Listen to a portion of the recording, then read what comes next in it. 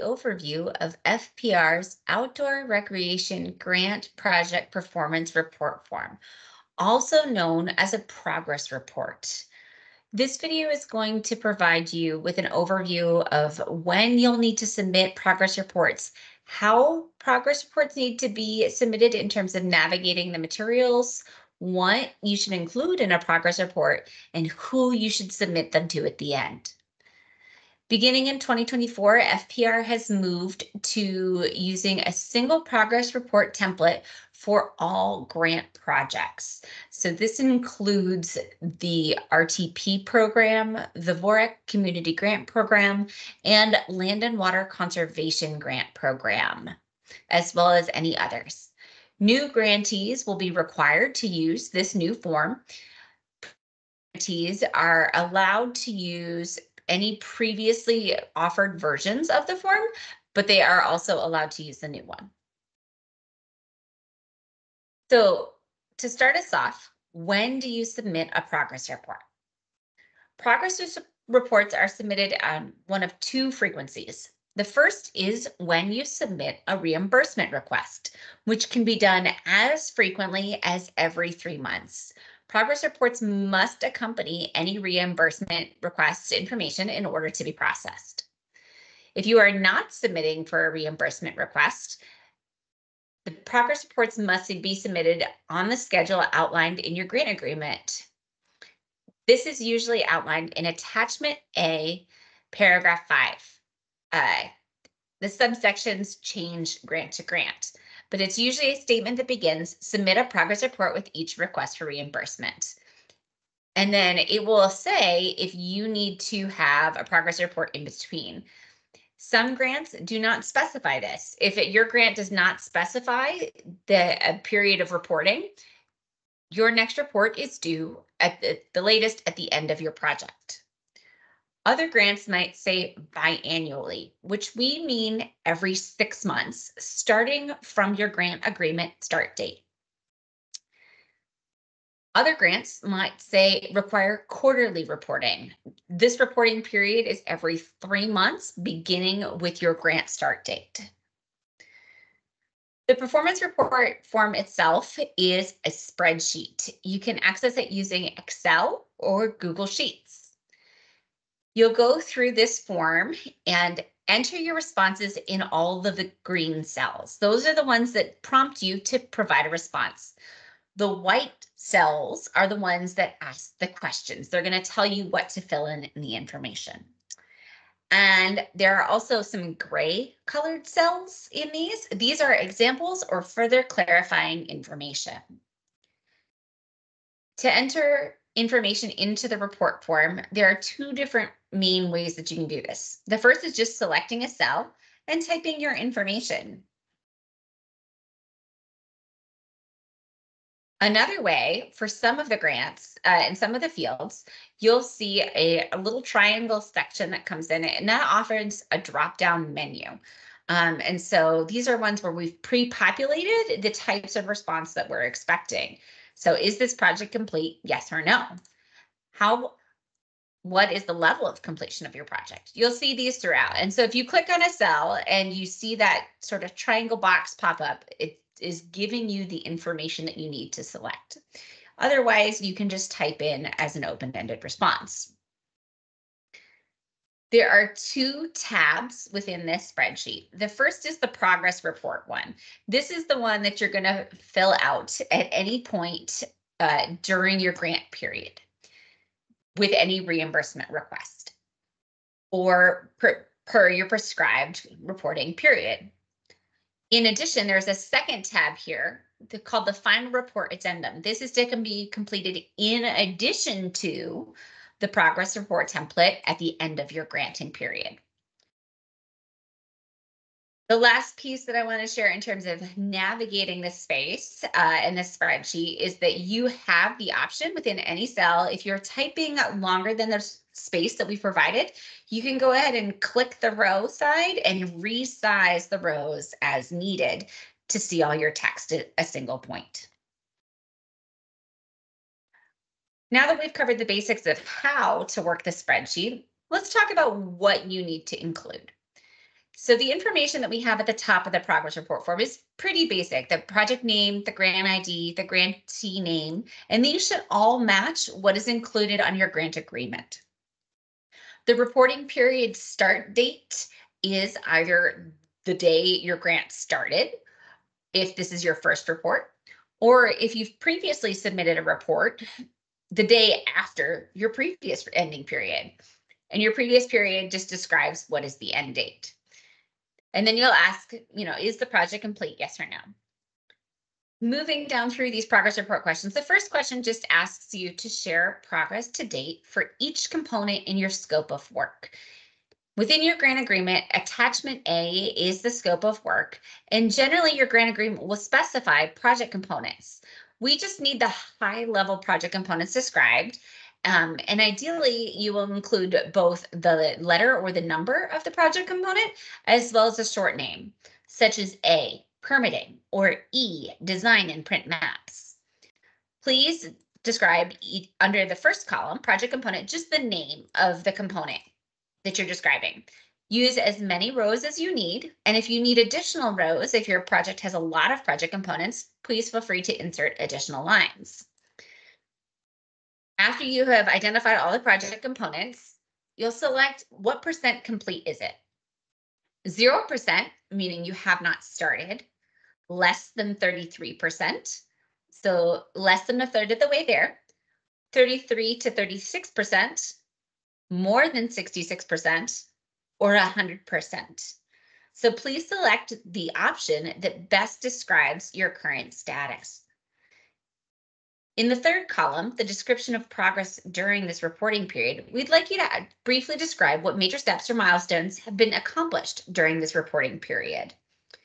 So these are things that are the highlights, like what is the big work that's happened? This could be hosted trail opening event, selected the contractor, completed construction on the bridge, ordered materials.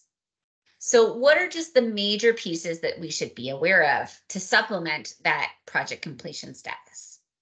And this is really only progress during this period. The percent complete in column B is your total status to date. C, the description of progress during the period, is only during this period of time do you need to summarize. So this column should not be cumulative. It really should just be for the period of time with that start and end date that you are working. Question 2 is another drop-down option. It asks about what is the overall status of your project. So you have 3 choices: on track, ahead of schedule, or behind. If you answer behind, please be sure to explain your answer in the following question. Question 3 asks what you've encountered in terms of your challenges, the technical, cost, schedule, or other ones. And if you have some, please say yes, and then share an explanation of what caused these challenges and your plans to address them. If you have not experienced any unforeseen challenges related to your grant project, no is a valid answer for this question.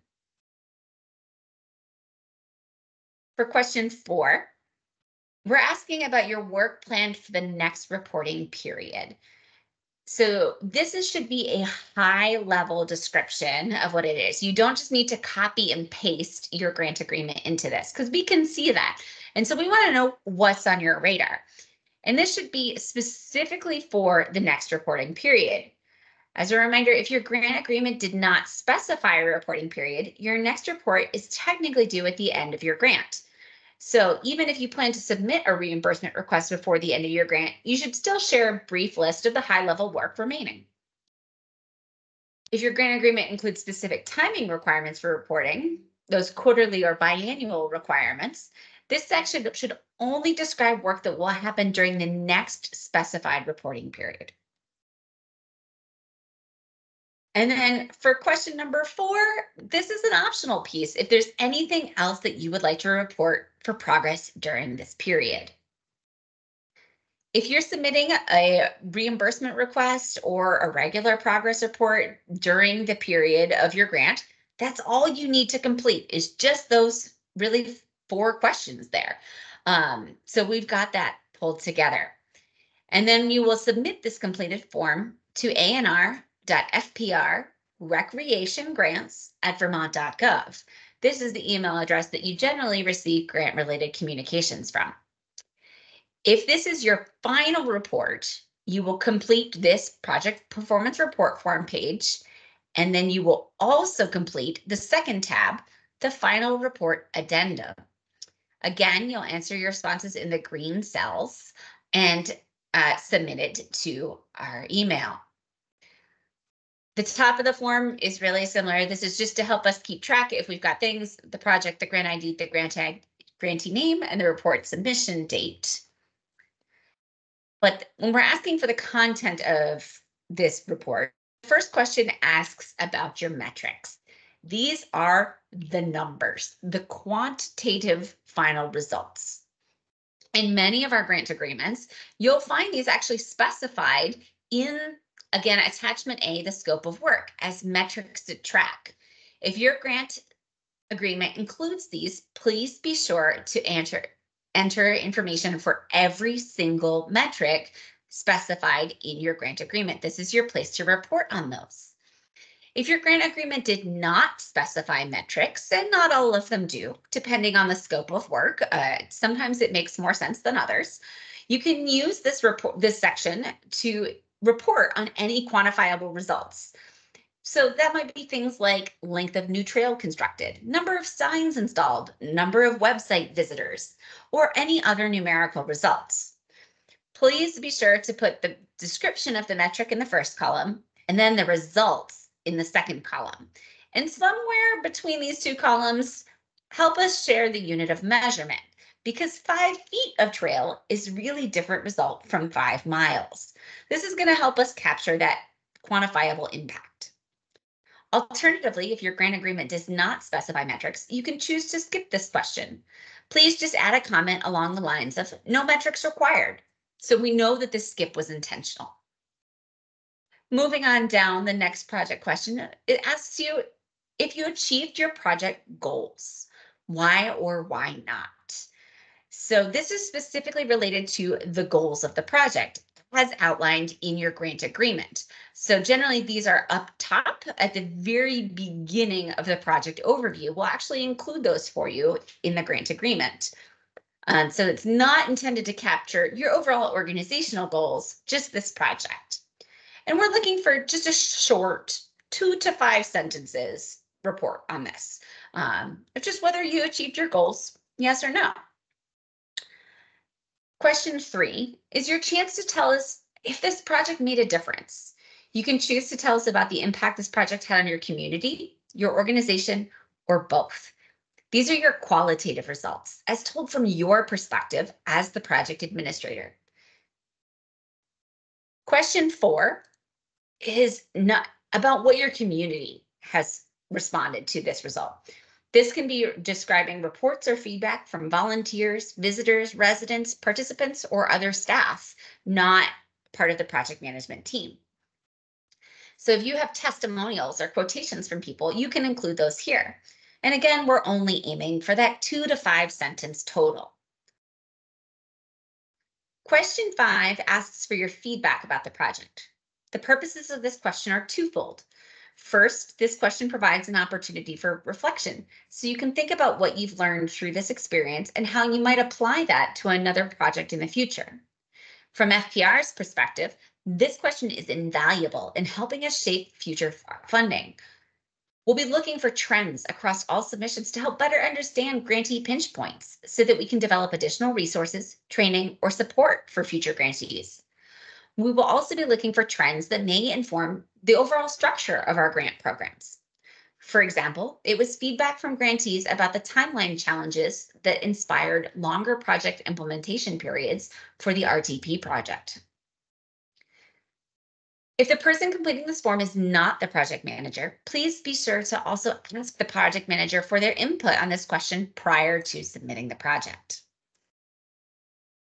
The final question is an optional question. It asks you if there are any other insights or information that you would like to share with us. So was there anything we didn't ask about that you think we should know at the end of your project? This is also the space where you can share any feedback specifically about the grant process itself, including communication, the application process, and grant administration support. Once you have completed this form, you will email it to the anr.fpr recreationgrants@vermont.gov email address. Please submit this form in spreadsheet version, if at all possible. We receive forms in the past where maybe the rows cut off or displayed differently on your screen than ours, and it's hard to be able to resize the cells so that we can appropriately see them. So spreadsheet form helps us prevent coming back to you to say, hey, it accidentally got cut off. Can you send it to us again? If you're submitting a final report, please also be sure to submit those deliverables as specified in your grant agreement. The newer grant agreements actually do carefully say these. They explicitly call out things like photos or documents, reports, website links. Some of the previous grants may have lumped those in under the project components with the stipulation of submit to state, on something along those terms. So just watch for those deliverables. You'll need that for your final report. And send all of those to our email address. Once you submit your report, our staff will confirm receipt and follow up later if we have any questions once we have a chance to review your report in greater detail. If you have any questions about completing this report, please contact us at anr.fprrecreationgrants@vermont.gov. Thanks so much and good luck finishing and working on your progress.